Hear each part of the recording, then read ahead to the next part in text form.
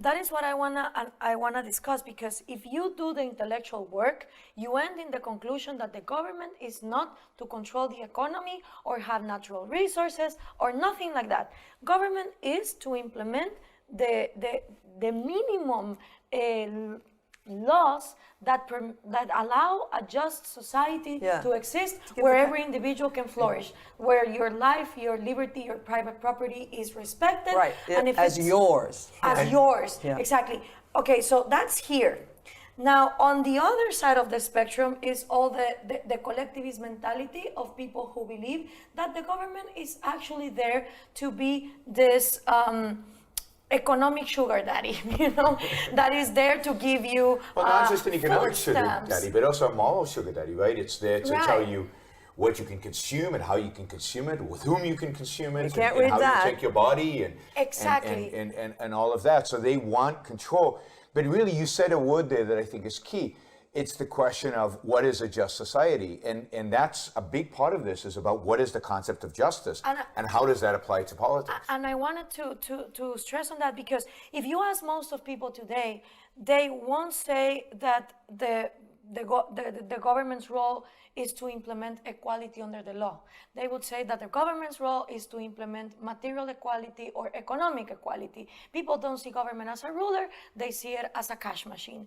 Most Santa of them. Claus. And if you try to do the intellectual work, right, and try to bring them from this end to this end, they would say, well, why can't we have a mix? Okay, I understand that the law is important, but I also think that economics and the government, controlling economics is important. And I always remember Ayn Rand's interview in Playboy magazine in 1964, when they asked her, it seems to me that you see the world in black and white.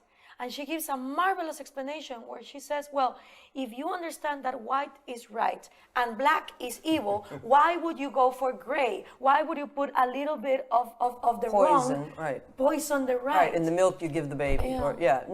It's so true. I mean, you have to figure out what are the right principles for government, right? What is government for? And then it's got to stick to its mission, right? What's the function of government? Government's reason for being, its purpose, right? That's sort of question number one.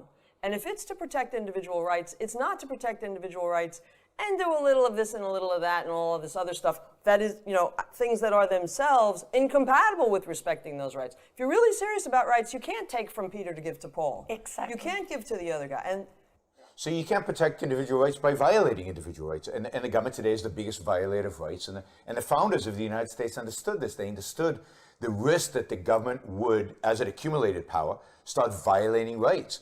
And they tried to structure government through a constitution, through the separation of powers, that would minimize the risk of that happening. But we don't have, other than Ayn Rand, we really don't have a philosophical defense of the idea of a limited government, of a government that actually only protects individual rights.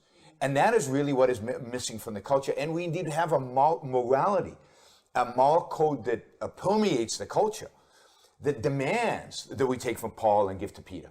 Because Peter's suffering, and it's unacceptable that Peter's suffering, and it's okay to use force. So the whole philosophical idea that force is bad, that force is the enemy of reason, that reason is necessary for human survival, that individual rights are a way of protecting our minds, our freedoms, our ability to execute, to think and to live based on our minds. That whole philosophical chain is, to a large extent, original to Ayn Rand, and until it is taken seriously, we won't be able to really transition to a system of government that only protects rights, because the pull is always going to be to, but what about the needy? Yeah. They demand it, and we'll use a little bit of force. A little bit of force can't harm. I think we've got to call out the contradictions there, because in terms of how you get from here to there, you've just got to, even on the case by case, it's like, all right, you say, well, we've got to give to the, but I thought you were committed to right. First they might get in by saying, oh yeah, that sounds good, protect individual rights. Well, how is that compatible with, okay, if you don't want to give voluntarily, to hell with you, we're just going to take your money. I mean, expose the contradictions and, try to prod people to, look, you can't have your cake and eat it too. But what